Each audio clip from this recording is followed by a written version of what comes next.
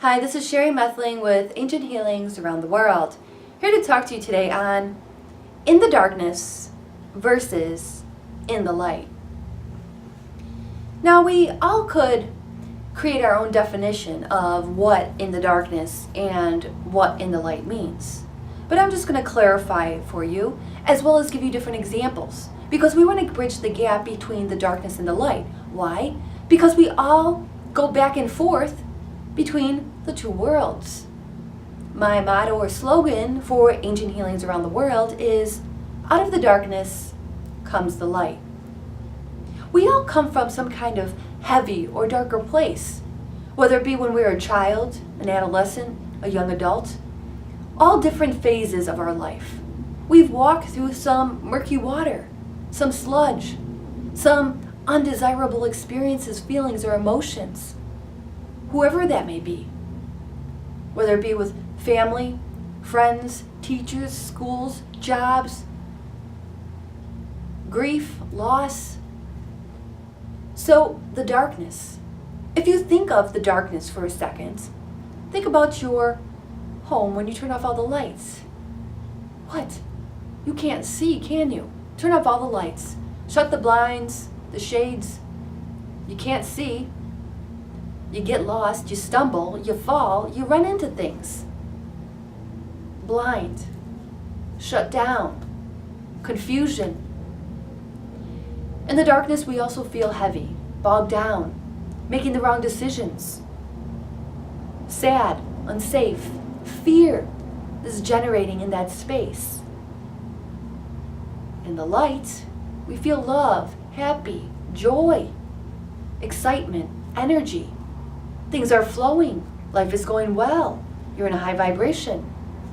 Work, job, family, relationships, moving down into a higher vibration. Okay? Now, I'm going to give you a little example of the darkness and the light. All right? So, I'm on a hiking trail. I'm going in at a later time in the day. It's a new trail to me. A lot of different paths. 6:45 I go in. I know not to go too far. It's kind of like the story of Hansel and Gretel. I go in, and I knew when to turn around. So I did. I come back a different route. No big deal. I see one person along the path. They say, yes, you are headed back to the parking lot space. Great. I continue on, feeling confident, and saying to myself, I always know my way back. I always know my way home. Over and over. Sure enough, somehow, I missed the turnoff for the parking lot. It's getting darker and darker now. I keep on going deeper and deeper into the woods. I know at this time I'm now lost. And now it's around 8:15, getting darker. I know if I go back the same path, I could get lost again. In any event, I continue to go deeper in to the hiking trail. Because I know if I go deeper in, I may very well hear the street with the cars on. And I could go through all the trees and the bushes to get back to the street. Now the point of the story is, one, I also intuitively knew that I was supposed to go deeper into this hiking trail. It was actually in Sedona, Arizona, because I was supposed to wrap around this certain mountain. It was a vortex.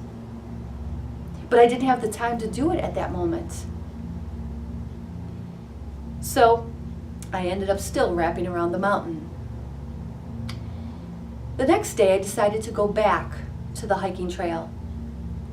I knew I still had to go get more energetic downloads, do a little bit more work, meditation as well, at this mountain site. Now during the day, I was able to see every path. There's no way I could get lost. It was bright. In the darkness, completely lost. Don't know which way to go, which path to take. However, in the daytime, when it was light out, it was so obvious how to get back. I asked myself, how could I even get lost? Now, granted, there were a lot of trails, a lot of paths.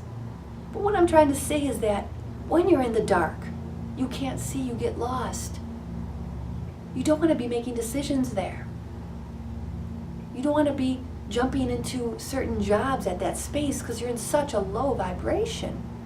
You're going to be attracting the wrong people, the wrong relationships, the wrong jobs, the wrong incomes. Anything and everything you'll be attracting at that vibration, the wrong foods. All right? We want to bridge that gap from the darkness into the light. A great video to source here would be 25 Ways to Feel Better that I have up on YouTube as well. Clearing negative energy. The negative energy is ultimately associated with what we might call as the darkness. Now, I'm not saying at nighttime it's bad or heavy or bad energy. The moon is bad, the sun is good. No, I'm not trying to say that. We just associate certain emotions or experience with the darkness. Yes or no? Yes. We associate certain things with the positive and the negative in life. Yes or no? Yes. Okay? So, for lack there of better terms, that's what I'm using. Out of the darkness comes the light. When you're in the light, you know where you're going. You're at a higher vibration, a higher frequency. It's easy to see. You don't get lost. You can discern which way to go. You want to stay in the light. You ask yourself, what is going to make me brighter? What is going to make me lighter? What is going to make me see clearly? Have a knowingness to discern what works for me and what doesn't. Who should be in my life, who shouldn't be in my life. The brighter and the lighter you get by meditation, prayer, and gratitude, a lot of different exercises that I provide here on the videos as well, is going to raise your vibration in the light. I'm giving out all my tools and techniques to you for free. Utilize them, exercise them. Exercise your light energy. Increase it. Think of yourself as a dimmer switch. Increase that light. Take it up a notch every day. Know what feeds your energy and what subtracts from it. Another video that you might want to tune into is balance. Balancing the scale, your scale. Don't make decisions when you're down here. Make decisions when you're up here. Get yourself out of the sinking, of the victim, of the allowing, of the nonsense in your life. Cut the cord to these old energies. Stop telling those old stories. You're just keeping them alive if you keep watering them by telling them. All those old stories that keep you in the darkness. They might not be happening, but you keep on bringing them to the surface by talking them over and over and over and over. When people go and all they do is just meet every week and they just talk about their problems, what is that going to create? More problems. Don't talk about the problems, talk about the solutions. Of course. See what feeds your energy. Eat the right foods. Get into the light literally. The sun also is vitamin D. It raises your vibration in that aspect. So, bridging the gap between the darkness and the light. Yes, that happened. Yes, it wasn't fun, but don't keep on talking about it. Come into yourself, come into the light. Feed what works.